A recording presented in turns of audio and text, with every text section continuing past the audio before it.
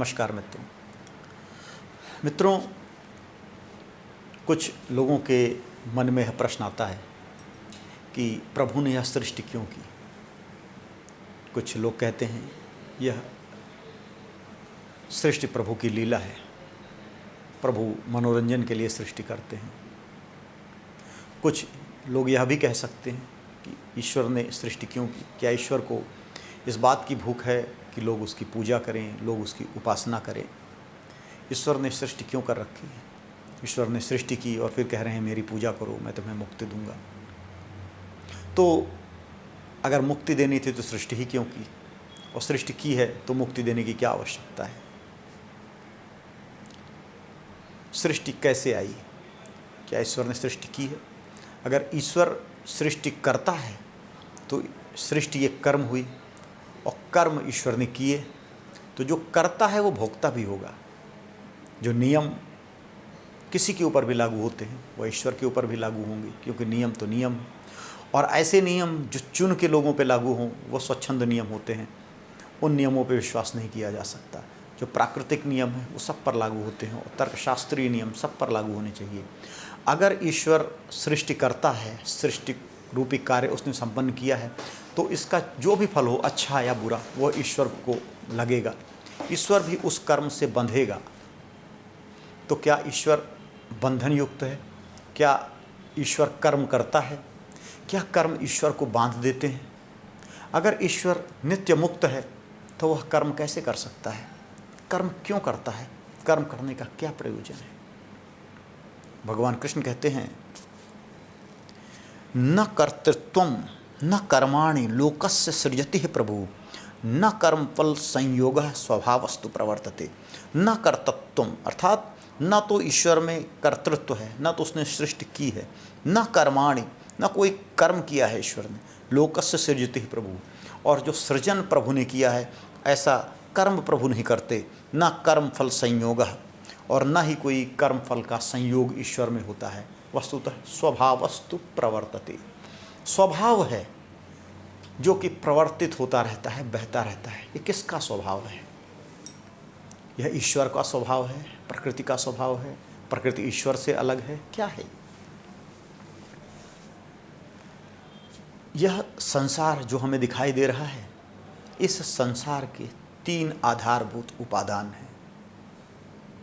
वैज्ञानिक दृष्टिकोण से भगवान कृष्ण ने भगवद गीता में बतलाया था, सत्व, रजस और तमस, ये 3 उपादान हैं जो इस समस्त संसार का कारण है। प्रकृति त्रिगुणात्मिका है। आज विज्ञान भी मान रहा है कि प्रकृति त्रिगुणात्मिका है। इलेक्ट्रॉन, प्रोटॉन, न्यूट्रॉन, उसके नीचे भी आप जाएंगे तो त्रिगुणात्मिकाएं मिल रही हैं।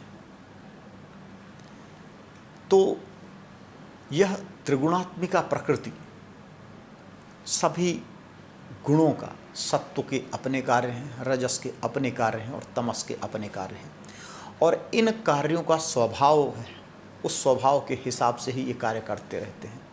जैसे इलेक्ट्रॉन का अपना स्वभाव है, प्रोटॉन का अपना स्वभाव है, न्यूट्रॉन का अपना स्वभाव है। ये इलेक्ट्रॉन, प्रोटॉन, न्यूट्रॉन किस रूप में मिलेंगे, इससे ये पता चलता है, इससे यह निर्धारित होता है कि वह कौन सा तत्व बनेगा। अगर एक इलेक्ट्रॉन रहेगा तो हाइड्रोजन बन जाएगा, 2 इलेक्ट्रॉन, 2 प्रोटॉन, 2 न्यूट्रॉन है तो हीलियम बन जाएगा, 3 होंगे तो लिथियम, 4 हों तो बेरिलियम, फिर बोरान।